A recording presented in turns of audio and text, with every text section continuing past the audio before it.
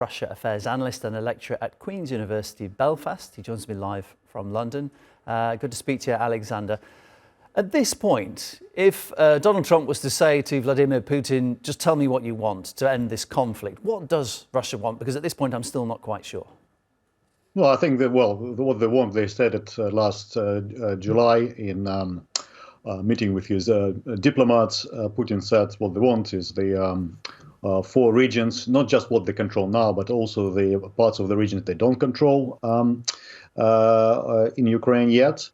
And plus the lifting of sanctions, neutral status for Ukraine, demilitarization, means limits on its army, and also a protection for Russian language rights in Ukraine as well. So that's basically the position of the Kremlin, publicly stated, and I think that's their starting position at the very least, anyway. Okay, you said there's some territories that they don't actually control at the moment. If from every expert I speak to, it's been in unison. They say, just like the Kremlin says, Russia's winning this conflict. If they are winning it with so little effort, it seems, and they aspire to hold more territory, why would they be discussing any kind of ceasefire? Why not just take that territory if they're in the ascendancy? Is that a genuine decision that the Kremlin has made to negotiate peace, or is Putin being disingenuous? Well, look, there's a very unique opportunity for Russia to exploit this moment, because suddenly there is a change in Washington. The principal backer of Ukraine is changing its policy. It's exploring ways of getting out of this conflict.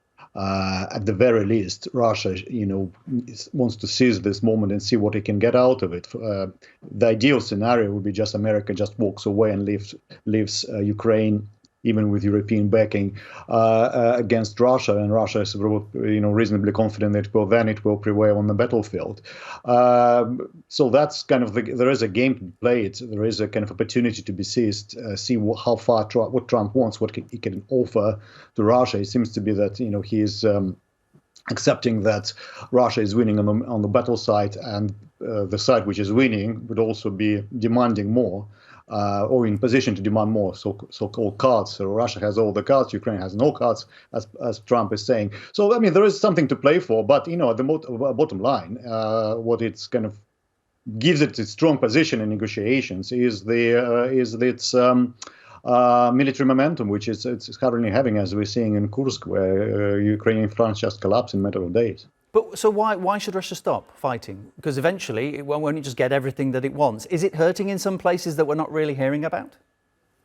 Well, if it can get what it wants without having to fight, that's obviously better than still having to fight and losing the material in the process.